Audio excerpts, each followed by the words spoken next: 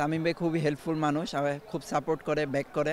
1 বা 2 ইনশাল্লাহ আমাদের জায়গাটা করে নিতে। হোম ক্রাউড থাকলেও আমাদের দর্শকই বেশি ছিল। চিটাগাং কিংসের বিপক্ষে গুরুত্বপূর্ণ একটা জয় পেয়েছে ফরচুন বরিশাল। পয়েন্ট টেবিলের জন্য ম্যাচটা খুব ইম্পর্টেন্ট ছিল রিপন। আসলে আপনারা আসলে 2 নম্বরে নিজের জায়গাটা ইনশিওর করলেন। আসলে 1-2 থাকাটা তো খুব বেশি ইম্পর্টেন্ট, ফলে এই উইনটা আসলে আপনাদের জন্য কতখানি ইম্পর্টেন্ট ছিল?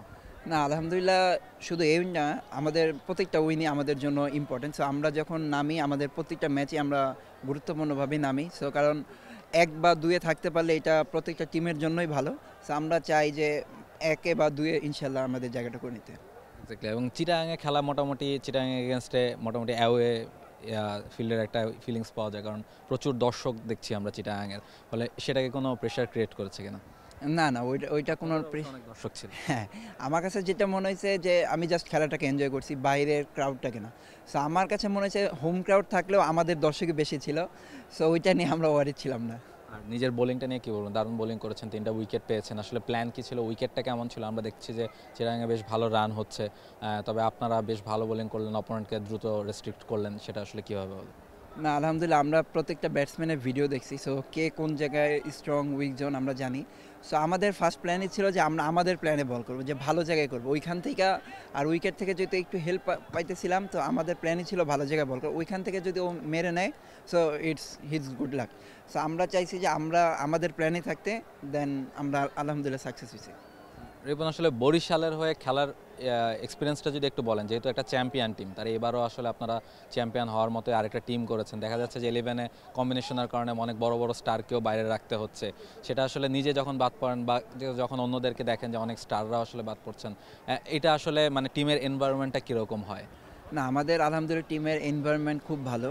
সো যারা খেলতেছে না তারা ওইটা স্বাভাবিকভাবেই নিছে, কারণ টিম কম্বিনেশন, টিমের ভালোর জন্য যে ডিসিশন আসবে ওইটা অ্যাজ এ প্লেয়ার হিসেবে সবাইকে মেনে নিতে হবে। সো আমি মনে করি এখানে অনেক বড় বড় স্টার আছে আমাদের টিমে। সো যারা খেলতেছি না তারা খুব ভালো, গুড টিমমেট, এই জন্য তাদের নেওয়া হয়েছে। সো তারাও মেন্টালি প্রিপেয়ার্ড আছে যে আমরা যদি সুযোগ পাই ওইটা কাজে লাগানোর জন্য ওনার মুখে আছে। এবারও কি আসলে আপনারা চ্যাম্পিয়ন হওয়ার ফাইটটা দিতে প্রস্তুত কিনা? আর আপনার ক্যাপ্টেনকে নিয়ে যদি কিছু। না, আলহামদুলিল্লাহ, আমরা আসলে টিমটা যেভাবে করা হয়েছে আমরা চ্যাম্পিয়নের জন্যই টিমটা করছি। সো আমরা যেটা আমাদের প্ল্যান আছে ম্যাচ বাই ম্যাচ এগোনো। চ্যাম্পিয়ন তো অবশ্যই থাকবে, বাট আমরা চাই যে প্রতিটা ম্যাচে পারফর্ম করে ম্যাচ জয় করতে। সো আর ক্যাপ্টেন আলহামদুলিল্লাহ, সিনিয়র যারা আছে ক্যাপ্টেন তো অবশ্যই তামিম ভাই।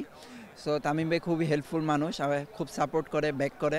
তো মুশফিক ভাই, রিয়াদ ভাই, তারা খুবই মানে উইকেটের পেছন থেকে কোনো সাজেশন লাগলে বা কোনো হেল্প করতে হলে তারা সাথে সাথে করে। সো আলহামদুলিল্লাহ তারা আর কি খুব ভালোভাবে সাপোর্ট করতেছে। Thank you so much. Thank you. Ripon Mondal ছিলেন আমাদের সাথে। তিনি বলছিলেন যে আসলে বরিশাল যেভাবে এগিয়ে যাচ্ছে, তারা আসলে চ্যাম্পিয়নশিপের ফাইটটা দেওয়ার জন্যই প্রস্তুতি নিচ্ছে, এবং তার ক্যাপ্টেন বা সিনিয়র যে ক্রিকেটাররা আছেন এই দলটায়, তামিম, মুশফিক, রিয়াদ, তারা আসলে ইয়াং প্লেয়ারদের কীভাবে সাপোর্ট করেন, তারা আসলে ক্রাইসিস মোমেন্টগুলোতে কীভাবে আসলে তাদের অ্যাডভাইসগুলো কাজে দেয়, সেই কথাটাই রিপন মণ্ডল জানাচ্ছিলেন। বরিশালের সব ম্যাচ কিংবা বিপিএলের সব ম্যাচ দেখতে আপনাকে চোখ রাখতে হবে টি স্পোর্টসের পর্দায়। বাংলাদেশ প্রিমিয়ার লিগ 2025, 7টি দলের জমজমাট লড়াইয়ের মাধ্যমে পুরো দেশ দেখতে চোখ রাখুন টি স্পোর্টস নেটওয়ার্কে।